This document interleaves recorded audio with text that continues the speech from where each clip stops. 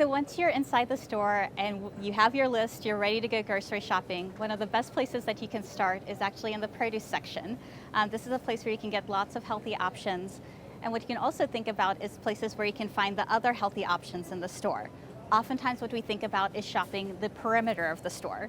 This is where you're going to find your low-fat dairy, your lean proteins, your vegetables and fruits.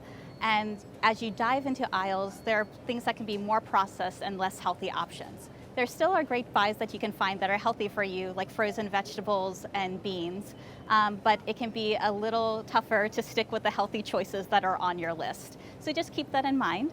As you look at placement of items on shelves, keep in mind that some of the healthy options are ones that might not be at eye level, and so you may need to look higher than you or lower than you to see the things that you want that are healthy that are on your list.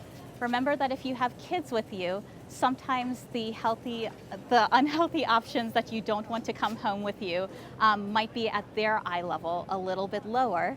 And so what you might want to do is to bring things for them to stay distracted, or just remind them that you're going to be sticking with the items that are on your list.